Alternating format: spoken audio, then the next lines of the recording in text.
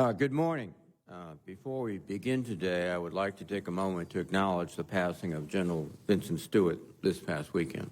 General Stewart was an inspiring, trailblazing Marine who served the nation with honor for more than 4 decades, rising from a tank platoon leader all the way to director of the Defense Intelligence Agency. He committed himself entirely to the defense of our nation, and his leadership will continue to be felt throughout the Marine Corps and the DIA for years to come. My thoughts are with his wife, Phyllis, and his children and family. Now, turning to today's hearing, the committee meets this morning to receive testimony on the worldwide threats facing the United States and our international partners. I'd like to welcome Director of National Intelligence, Avril Haines, and Director of the Defense Intelligence Agency, Lieutenant General Scott Barrier. Thank you both for joining us, and please convey the committee's gratitude to the men and women of the intelligence community for their critical work. As the DNI's annual threat assessment makes clear, the United States faces threats from a number of state and non-state actors, as well as health and environmental security challenges. Among these wide-ranging issues, there is a common understanding that the future of our national security is tied to the success of our strategic competition with China. This competition is occurring across every field of national power: military, economic, political, technological, and more, and across every region of the world. For several decades, the People's Liberation Army has studied the United States' way of war and focused its efforts on countering our advantages. China has invested in offsetting technologies like anti-access and area denial systems, artificial intelligence, hypersonics, and, of course, nuclear weapons. Further, the PRC has leveraged a combination of military and civil power against its neighbors, including statecraft, economic pressure, coercion, and deception. Beijing has sought ways to achieve its national objectives while avoiding a direct confrontation with the United States military. As the Defense Department's new joint concept of competing puts it, China seeks to win without fighting.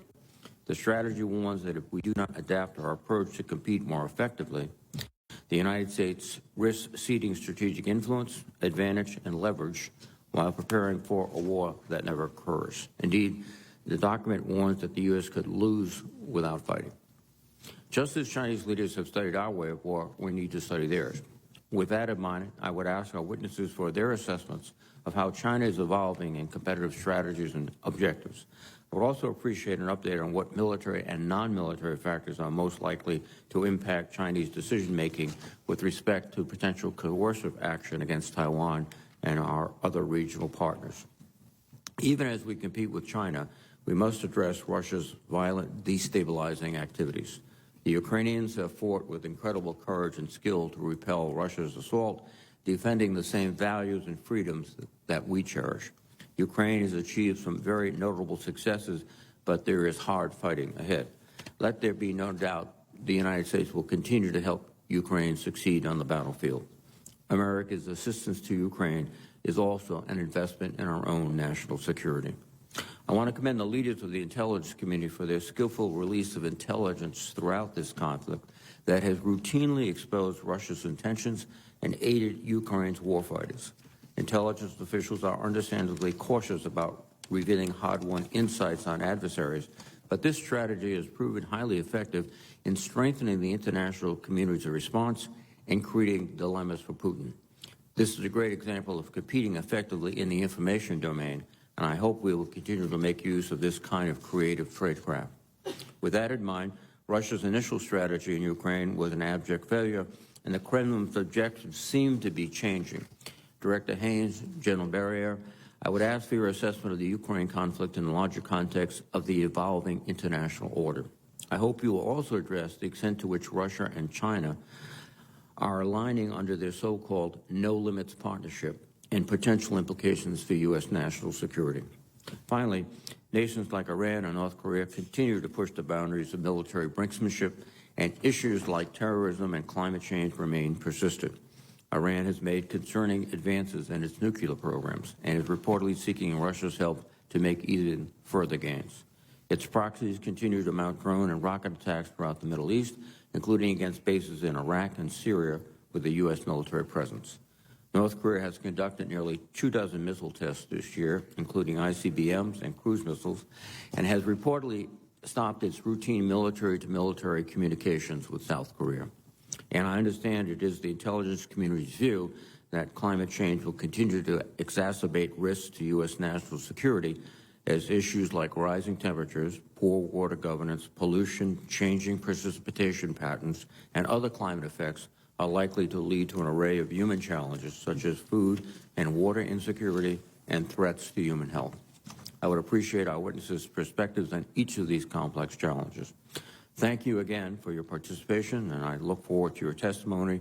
As a reminder for my colleagues, there will be a closed session immediately following this hearing in room SVC 217. Now let me turn to the ranking member, Senator Wicker. Senator. Thank you, Mr. Chairman. I want to congratulate you on your statements concerning the threat we see from China and Russia. And also I want to join you in observing and memorializing the life of General Vincent Stewart and his untimely death. And I want to thank our witnesses for being here today. It comes at a pivotal time. The United States is confronted with the most complex and dangerous global security environment since the Second World War. Our adversaries are growing in their military capabilities and engaging in provocative and destabilizing behavior across the spectrum of competition and conflict. They are actively trying to displace the United States as the global leader and weaken longstanding and critical alliances and partnerships. We are at an inflection point. The decisions we make this year will have far-reaching implications for the United States military, whether it is properly positioned and equipped to deter our adversaries and, if necessary, defeat them in conflict. Regrettably, the President's budget request lacks urgency this moment requires and fails to make the necessary investments in our nation's defense. For the third year in a row, the budget request cuts defense spending. Make no mistake, our adversaries are taking notice, and I do believe on a bipartisan basis we will rectify this failure. Our foremost adversary, the Chinese Communist Party, is in the midst of an unprecedented buildup of its conventional, strategic, and asymmetric military capabilities under the direction of its most powerful and ruthless leader since Chairman Mao. At the same time, Vladimir Putin's brutal and unprovoked attack against Ukraine has entered its second year and has upended global security, caused untold loss of life, and further isolated his autocratic regime. Now is not the time to question our commitment to Ukrainian partners. To protect U.S. interests, we need to provide Ukraine with the tools it needs to bring this war to a successful conclusion. Not to be outdone, North Korea may now possess enough missiles to overwhelm our homeland missile defenses, and Iran inches closer to developing a nuclear weapon of its own while it continues to sow chaos across the Middle East through its terrorist proxy network. Additionally, President Biden's disastrous and chaotic withdrawal from Afghanistan has emboldened terrorist networks around the world. ISIS and al-Qaeda affiliates across the Middle East, Africa, and South Asia are reconstituting their capabilities and remain intent on killing Americans. I remain deeply disturbed by the scope and severity of the recent disclosure of classified materials and the impact such disclosure has on military operations, intelligence collection, and cooperation with key allies. Although I understand multiple investigations are ongoing, I expect this committee will be kept fully informed and details become available and corrective actions are taken. This committee deserves answers on how such a junior service member in a support role was able to access, print, and post online highly classified documents for over a year without detection, for over a year. We need to understand whether the Department of Defense's insider threat and security procedures failed or simply were not followed. Again, I thank the witnesses for being here. And thank you, Mr. Chairman. Look forward to a very important discussion. Thank you, Senator Wicker. Thank you very much for your statement. And let me now recognize Director Haynes. Thank you very much, Chairman Reed, Ranking Member. Could you bring the microphone as close as possible? Is that better? That is. Okay, good deal. Sorry about that. No, and thank you very much for your kind words about General Stewart, who really was just an extraordinary leader in the intelligence community and somebody who has inspired a lot of our folks over the years and brings together sort of integrity and skill in a way that's quite rare and extraordinary. Thank you for the opportunity to be here today alongside my wonderful colleague, General Berrier, and for your steadfast support for the men and women of the intelligence community who serve our country. I'm grateful for the opportunity to present the annual threat assessment and would just want to acknowledge the many people who have contributed to this work, from the collector to the analyst to everyone in between. This assessment is a product of their effort, and they have our gratitude. This year's report notes that during the coming year, the United States and its allies will face an international security environment dominated by two strategic challenges that intersect with each other and existing trends to intensify their national security implications. First, great powers, rising regional powers, and an evolving array of non-state actors are vying for influence and impact in the international system, including over the standards and rules that will shape the global order for decades to come. And second, challenges that transcend borders, including climate change, transnational criminal activity, health and human security, and economic needs made worse by energy and food insecurity, as well as Russia's invasion of Ukraine, are intensifying as the planet emerges from the COVID-19 pandemic.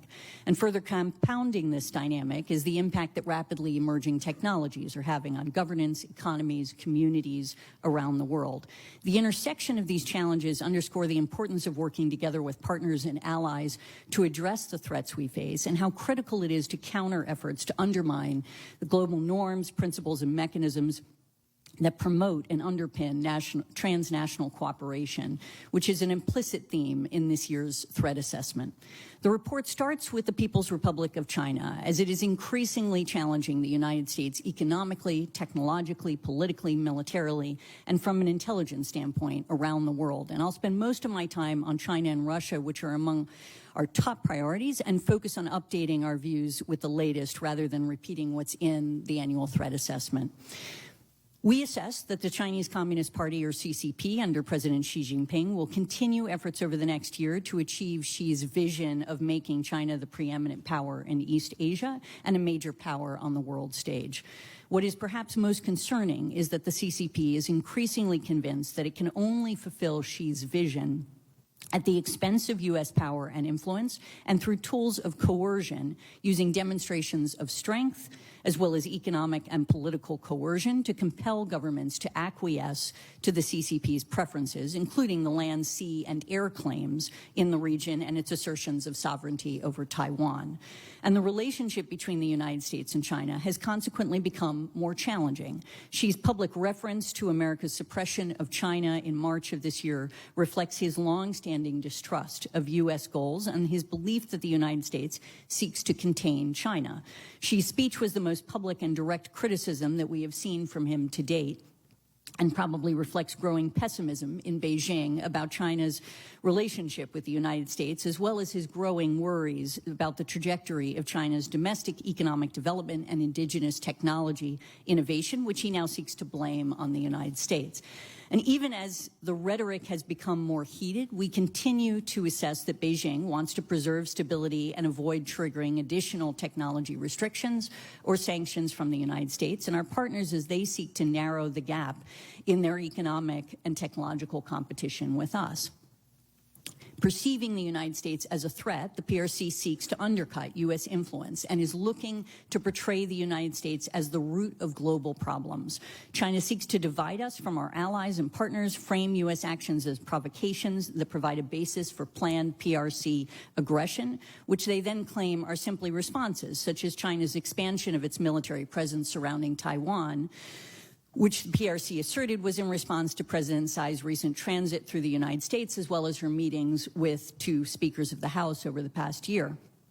And China's leaders are focused on spurring domestic economic growth this year, but in the long run, spurring indigenous technology innovation is paramount. President Xi remains confident that Beijing can innovate its way to the technological frontier, regardless of U.S. and allied restrictions, and that doing so will give China the competitive advantage that is crucial to achieving his vision for China as a world power. Nonetheless, we are likely to see more dissonant messaging and actions coming out of Beijing, such as the recent charm offensive by Premier Li Qiang, welcoming foreign direct investment at the China Development Forum, juxtaposed against Beijing's pressure on foreign firms and executives, including investigations of U.S. firms and a clampdown on previous non-sensitive data flows out of China. The IC assesses that China's long-term economic growth will continue to decelerate because China's era of rapid catch-up growth is ending, and structural issues such as debt, demographics, inequality, over-reliance on investment, and inadequate domestic consumption remain. And although the CCP may find ways to overcome its structural challenges over the long term, in the short term it continues to take an increasingly aggressive approach to external affairs, often to bolster its domestic agenda. China's leaders are increasing their investment in a world-class military, expanding their country's nuclear arsenal and cyber threat capacity, pursuing counter-space weapons capable of targeting U.S. and allied satellites, forcing foreign companies and coercing foreign countries to allow the transfer of technology and intellectual property in order to boost indigenous capabilities, continuing to increase global supply chain dependencies on China with the possibility of using such dependencies to threaten and cut off foreign countries during a crisis. And the CCP is also seeking to reshape global governance in line with Xi's preferences and governance standards that support the monopoly of power within China and expanding influence operations, including through the export of digital repression technologies. And furthermore, we've observed the expanding strategic ties between China and Russia, as mentioned by the chairman, another critical priority for the IC, which has been strengthened by the conflict in Ukraine. We're now over a year into the war, which is reshaping not only Russia's global relationships and strategic standing, but also our own, strengthening our alliances and partnerships in ways that President Putin almost certainly did not anticipate, often precipitating the very events he hoped to avoid, such as Finland's accession to NATO and Sweden's petition to join, while also increasing Xi's leverage over Putin. On the battlefield, the fighting is principally focused in the east around Bakhmut and Avdiivka, and remains a brutally grinding war of attrition in which neither military has a definitive advantage, with day-to-day fighting over hundreds of meters. Russian forces gained less territory in April than during any of the 3 previous months, as they appear to transition from offensive to defensive operations along the front lines. Russian forces are facing significant shortfalls in munitions and are under significant personnel constraints, but continue to lay minefields and prepare new defensive positions in occupied Ukrainian territory. Both sides are focusing on preparations for a potential Ukrainian counteroffensive this spring or summer, designed to push Russia out of illegally annexed territory. And the Ukrainian armed forces are still finalizing the specific priorities, timing, and scale of the offensive, and Western assistance will be crucial in preparing both plans and forces. With the support of the Congress, the United States is doing a great deal to bolster Ukraine's chances for success.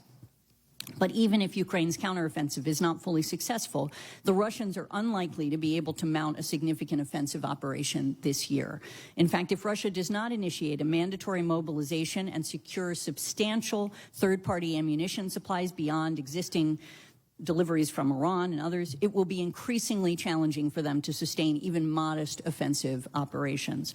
At the same time, of course, Ukraine remains heavily dependent on external military aid, and would likely be unable to counter Russia's natural relative manpower and resource advantages if most Western military aid ceased.